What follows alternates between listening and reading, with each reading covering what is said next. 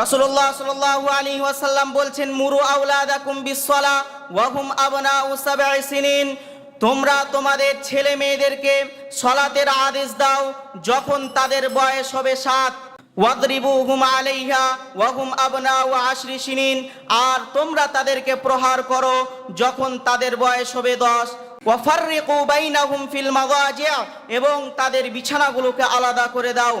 দুঃখজনক হলে সত্য, অধিকাংশ মুসলমান আমরা দাবি করলেও এই হাদিস অভিভাবকেরা মেনে নেয় না।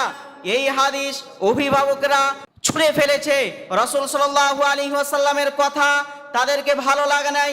অনেক অভিভাবক রয়েছে যাদের সন্তানের বয়স হয়ে গেছে 15-20, অথচ ওই অভিভাবক তাদের সন্তানকে সালাতের আদেশ দেয় না। এমন কি করে, শীতের সময় তাদের বাচ্চাদেরকে ফজরের সময় উঠায়ে দেয় না, কারণ তারা মনে করে আমার সন্তানের কষ্ট হবে। শীতের মধ্যে ঠান্ডা পানিতে উজু করবে, আমার সন্তানের কষ্ট হবে। এরকম কষ্ট অনুভব করে পিতামাতা, এবং এই কষ্ট অনুভব করার পরে রসুলের কথা তাদের ভালো লাগে না।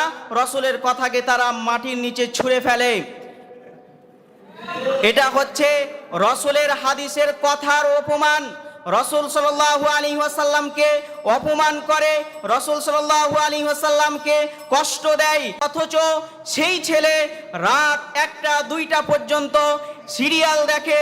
তার মেয়ে, তার ছেলে, তার স্ত্রী সিরিয়াল দেখতে দেখতে 1টা পার হয়ে যায়, এটি তার কষ্ট লাগে না।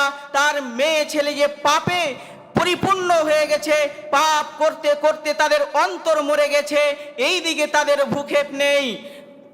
এটা হচ্ছে আমাদের সমাজে অধিকাংশ মানুষের স্বভাব, নেচার হয়ে উঠেছে, স্বভাব হয়ে উঠেছে।